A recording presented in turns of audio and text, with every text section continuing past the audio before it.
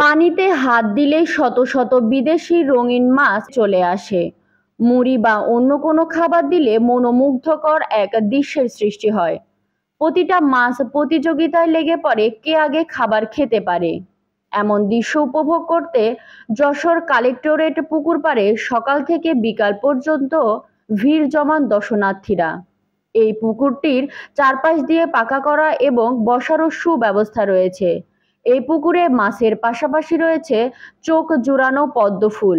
বর্তমানে এই জায়গাটি বিনোদনের মনোরম পরিবেশ হিসেবে বেশ পরিচিতি লাভ করেছে।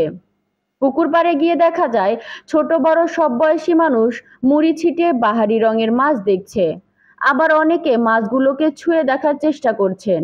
বিনোদন প্রেমীর মাছের খেলা দেখার জন্য সেখানে মুড়িও কিনতে পাওয়া যায়।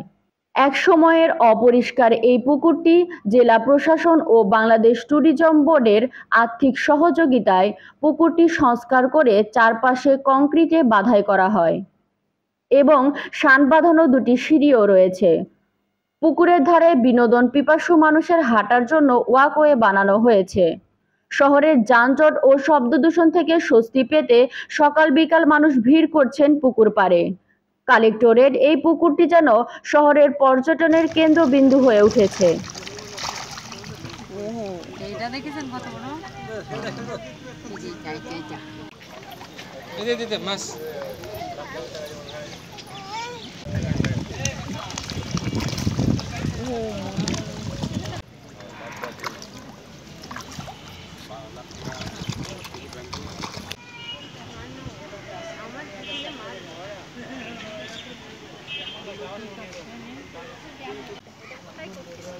দেখা যাচ্ছে ক্যামেরায়